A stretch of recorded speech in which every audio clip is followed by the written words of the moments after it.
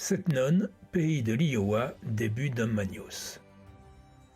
Dès que les prisonniers furent libérés, des hommes s'empressèrent. Ils les attachèrent à des harnais qui pendaient au-dessus d'eux et ils furent soulevés dans les airs. La corde que le dénommé Joannian avait passée au barreau de la fenêtre était reliée à un bateau qui flottait dans le ciel. Ce navire, au signal convenu avec les complices de Foulk, avait mis les voiles et arraché le mur. Une fois son œuvre accomplie, le bâtiment était revenu sur place. L'équipage avait alors lancé des bouts auxquelles furent attachés les évadés pour les amener à bord. Aussitôt qu'elle parvint sur le pont, Kémia constata qu'elle avait été hissée par un palan actionné par 4 vigoureux marins qui l'accueillirent dans de grands éclats de rire. Recherchant Hafs, elle le retrouva rapidement alors qu'il venait de prendre dans ses bras une jeune personne dont le bas du visage était caché par un masque noir qui ne laissait apparaître que des yeux bridés. « Luca, ça fait si longtemps !» s'exclama Hafs. Perplexe, Kémia contemplait la scène lorsqu'ils entendirent retentir au-dessus de leur tête une puissante voix. « Bien, bien, bien, bien. Qu'est-ce qu'on a pêché ?» Kémia ne le savait pas encore, mais celui qui venait de parler, le capitaine de ce navire volant, c'était celui qu'il cherchait, Calico Bart. Vêtu d'une culotte beige sale, d'une chemise bouffante blanche et d'une veste grisâtre, il portait tous les accessoires du pirate accompli. Une épée dans son fourreau, un pistolet dans son étui et sur la tête un bandeau en calicot rouge dont il tirait son surnom. En travers de son torse passait la bandoulière dans laquelle il rangeait ses munitions et, les cheveux ramenés en catogan, il avait cet air farouche de l'aventurier à qui rien ne peut résister. Il descendit de son perchoir et vint étreindre Hafs sous le regard stupéfait de Kémia. Un peu plus loin, sur le pont, Foulk et les siens restaient sur leur garde. Ils n'étaient plus 5, mais 7 maintenant en comptant les 2 complices venus à leur secours. Visiblement heureux de s'être tirés d'une posture délicate, ils ne semblaient pas très confiants quant à leur nouvelle situation. « Monsieur » dit Foulk à l'adresse du pirate, après s'être avancé de quelques pas, son chapeau près du cœur, « j'aimerais vous remercier pour votre aide. » « Nous appellerons ça un échange de bons procédés, » répondit Calico. « Ma fille, Luca, a vu mon vieil ami dans les ennuis. Elle a rencontré vos 2 compagnons qui cherchaient à vous délivrer. Poursuivant le même but, il était normal de s'entraider. Votre nom ? Je suis Foulk. Voici Johan, Joachim, Gemel, Thierry, Jols et Joannian. Les chevaliers d'antan. Ah ouais, j'ai entendu parler de vous. » Foulk dodolina de la tête, l'air contrarié. « On dit beaucoup de choses à notre sujet, » marmonna-t-il, « qui ne sont pas toujours vraies. »« À mon sujet aussi, » affirma le pirate. « Où peut-on vous déposer ?»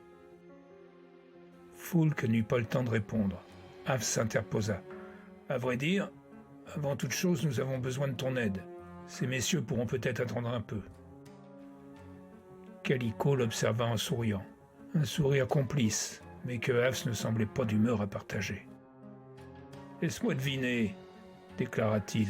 « Tu es chargé de transporter la demoiselle que je vois ici, » il désigna Kémia du Menton, « dans une contrée inhospitalière. C'est cela, n'est-ce pas ?»« C'est à peu près ça, oui, » convint Hafs, qui ne voulait pas s'étendre davantage. Calico s'adressa alors à Kémia. « Vous êtes donc en détresse ? Il paraît que vous êtes le seul pirate capable de faire amérir un navire à Wolfshoek Bay, » dit-elle. Le visage de Calico s'assombrit. « En effet, » admit-il en la détaillant d'un regard soudain suspicieux. « Pourquoi voulez-vous aller là-bas ? J'ai une mission à remplir. » Dans l'œil du pirate, elle comprit qu'il avait déjà deviné quelle pouvait être cette mission. Elle entendit même derrière elle des voix murmurer le nom d'Azir. C'est alors que du nid de pie, un marin signala l'Oribus, le navire d'Otu qui se découpait dans les premières lueurs de l'aube. « Ohé, du bateau !» cria ce dernier, perché dans les haubans lorsqu'ils arrivèrent à sa hauteur. Oh tu, vieux brigand, répondit Calicot. J'aurais dû me douter que tu avais quelques affaires là-dedans. Des bouts furent lancés des deux côtés afin de relier les navires, et d'un bord à l'autre fut installée une passerelle qu'Ottu emprunta aussitôt avec autant d'aisance que s'il marchait sur la terre ferme. « Avant toute chose, j'ai une question primordiale, » dit-il à Avs et Kemia, alors qu'ils n'avaient même pas posé le pied sur le vaisseau de Calicot. « Où est ma barque ?»« On a fait un atterrissage forcé, » expliqua Avs en détachant bien les syllabes. Et la Volarée ?» bégaya le pirate. Kemia mima une explosion avec ses mains. Ottu ôta son couvre-chef, se massa le front, puis ayant retrouvé sa contenance, il s'adressa à Calicot. « Ils t'ont expliqué la situation ?»« Oui, ils ont besoin de quelqu'un pour les déposer à Wolfhooks Bay. Mais qu'est-ce que j'y gagne, moi ?» Ayant sauté de la rambarde, Ottu haussa les épaules. « L'honneur, le sentiment de justice ?» essaya Kemia. Sa réponse provoqua des éclats de rire. « L'honneur et le sentiment de justice ne tiennent pas chaud la nuit, » lui fit observer Foulque. « Je crains en effet d'avoir besoin de quelque chose de plus clinquant, » dit Calicot en appuyant sur le dernier mot. Silence. Kemia s'efforçait de rester calme.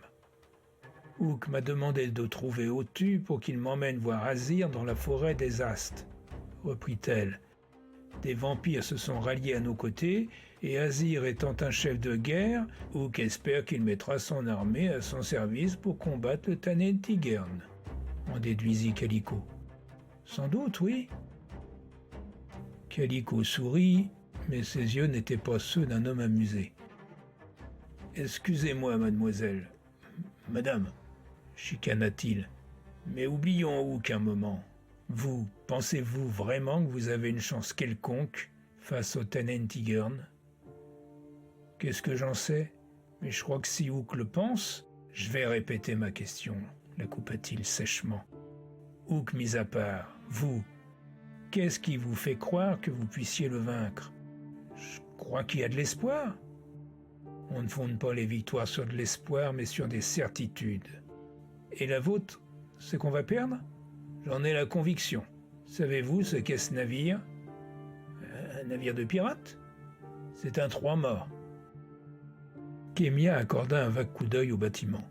Autour d'eux, beaucoup de gens s'étaient rassemblés pour les écouter. Et combien d'hommes faut-il selon vous pour le manœuvrer ? Elle haussa les épaules, elle n'en savait rien. Moins d'une dizaine, lui assura le pirate. Ne trouvez-vous pas qu'il y a beaucoup de monde sur ce pont ? Kemia balaya l'assistance du regard, et elle vit en effet parmi les marins des hommes plus aptes à tenir une bêche qu'une gaffe, mais aussi des femmes et des enfants. « La voilà, ma certitude, » murmura Calicot. « Ces gens que vous voyez, le Tannen Tigern leur a tout pris, leurs terres, leurs maisons. Certains de ces enfants sont orphelins, et la plupart ont vu leurs parents se faire tuer sous leurs yeux. S'il vous plaît, ne leur donnez pas l'espoir de pouvoir récupérer ce qu'ils ont perdu. L'espoir est un sentiment dangereux et versatile qui peut être notre meilleur allié comme notre pire ennemi. Ce n'est pas d'espoir dont ces gens ont besoin. « Mais tu ne peux pas non plus les garder éternellement sur ton navire, » dit Ottu. « Et qu'est-ce que tu proposes ?» s'informa Calicot. L'autre hésita. S'il existe une infime chance de pouvoir passer ce saligot par-dessus bord, je crois qu'on devrait essayer de la saisir. Au moins tenter quelque chose. De toute façon, ça ne pourra jamais être pire. Si, justement, ça peut l'être, reprit Kemia, étonné par la soudaine détermination d'Ottu. Quand Kuru Akuma aura obtenu tout ce qu'il veut et mis à bas toutes les résistances, même le ciel ne suffira plus à vous protéger. Renoncer serait peut-être trop facile, convint Foulque, visiblement intéressé par la conversation. De toute manière, monsieur, vous nous avez tiré d'un bien mauvais pas et nous avons une dette envers vous. Quoi que vous choisissiez, vous pourrez compter sur mes hommes et sur moi.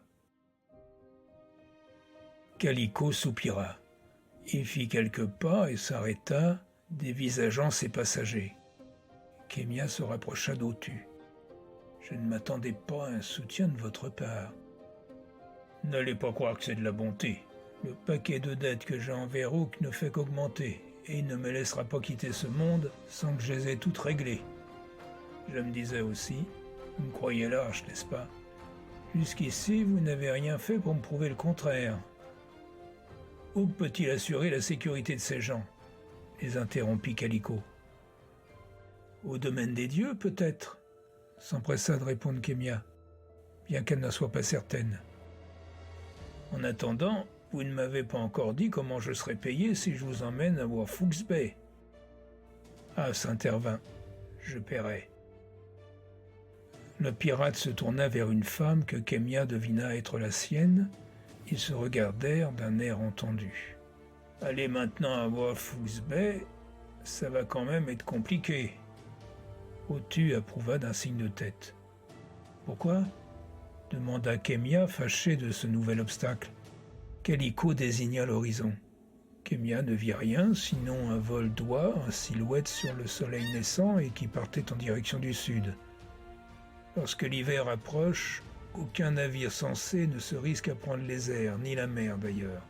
Je suis peut-être le seul à faire amérir un bateau à Warfooks Bay, mais encore faut-il que le temps soit de notre côté. Je croyais que tu en étais capable même en hiver, lui dit Hafs. Il interprète les signes, répliqua Otu. Quels signes? Grogna Kémia en agrippant un bout sous l'effet d'un coup de vent.